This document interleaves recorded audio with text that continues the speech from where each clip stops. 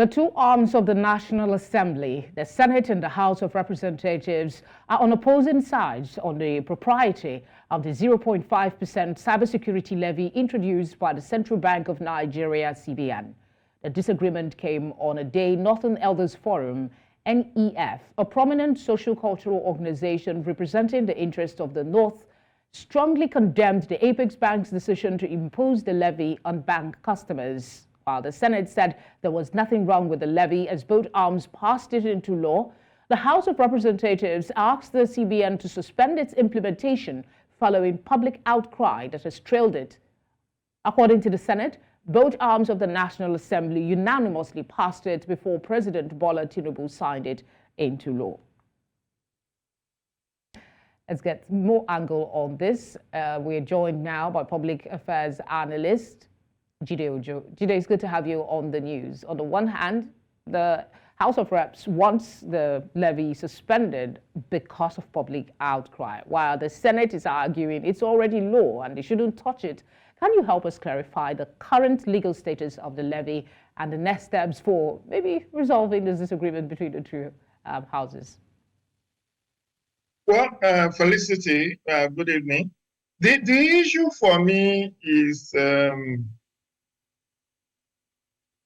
I listened to Honorable Chinda from Rivers State, and it did say that the central bank misinterpreted that section of the law, that it is actually not the customers of the banks that are supposed to pay the cybersecurity fund, but rather the banks, the National Communication Commission, the telecommunication companies, and relevant agencies.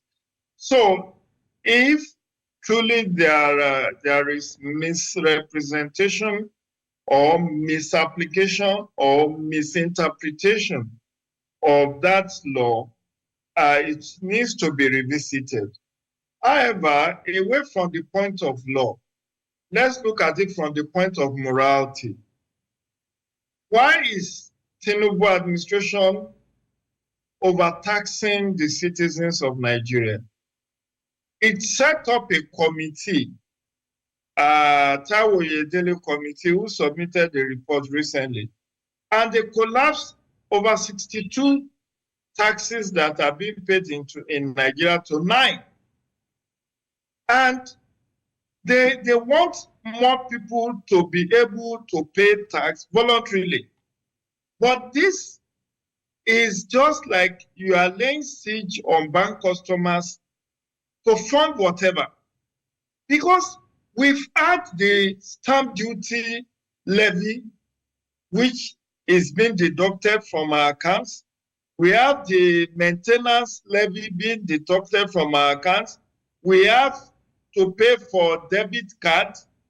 We have to pay SMS charges. We are paying so many levies and taxes in the name of banking. How do you want to ensure financial inclusion? How do you want to bring the people in rural communities to embrace banking when they are overtaxed? Because this is quite mischievous. And now the federal government is targeting about, is it 7 trillion or thereabouts from the proceeds that they intend to make from this cybersecurity levy. So invariably, it's a disingenuous way by which they intend to fund the budget of the country. But they are not actually talking about reducing the cost of governance. That is what worries me. Well, there's something else. Reducing the cost of governance. Jide, there's something else I'd like you to share your thoughts on, and that's the relevance, the purpose for which they are requesting this fund. Some say it is also pertinent that we provide funding for fighting cybersecurity or dealing with issues that come with it.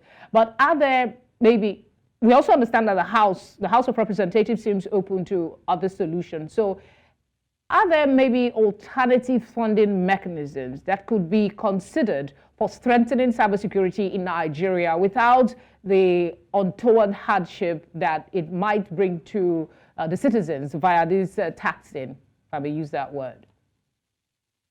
You see, the whole purpose of governance, according to Section 4 and Section 4, subsection 2B of the Constitution of the Federal Republic of Nigeria, the purpose of government is welfare and security of citizens. Now, Felicity, in good conscience, what is the welfare that average Nigerian is enjoying under the Tinubu administration? You have removed subsidy from petrol, you have removed subsidy from electricity. The telecommunication company have written to Nigerian Telecommunication and the Nigerian Communication Commission, NCC, to allow them to also increase their own tariff. And now we are being bogged down with cybersecurity levy. If only the taxes that have been that Nigerians have paid in time past can be seen to work for them, perhaps Nigeria would not be very difficult to persuade to allow this bitter pill to be swallowed. But what we have seen is the luxurious and spendthrift attitude of people in government. Look at the cost of governance. Look at how much they are spending on travels. Look at how much they are spending on entertainment of guests. Look at how much they are spending on welfare.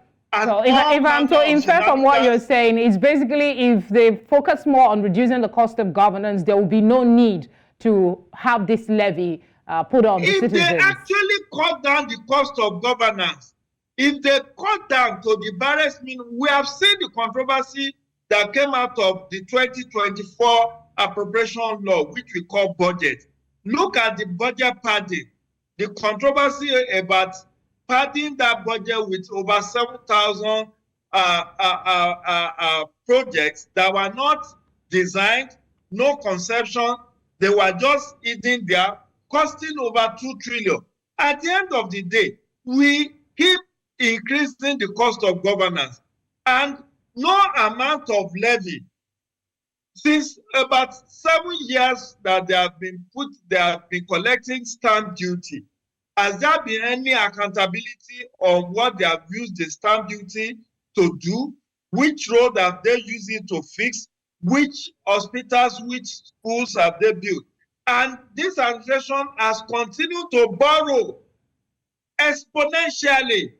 I mean, you do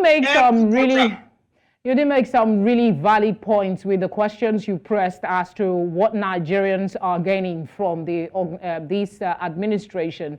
Well, let's see what happens in the coming days. I'm sure the conversation is not over yet, but we have to pause it now so we can bring out the stories. Thank you very much for speaking with us.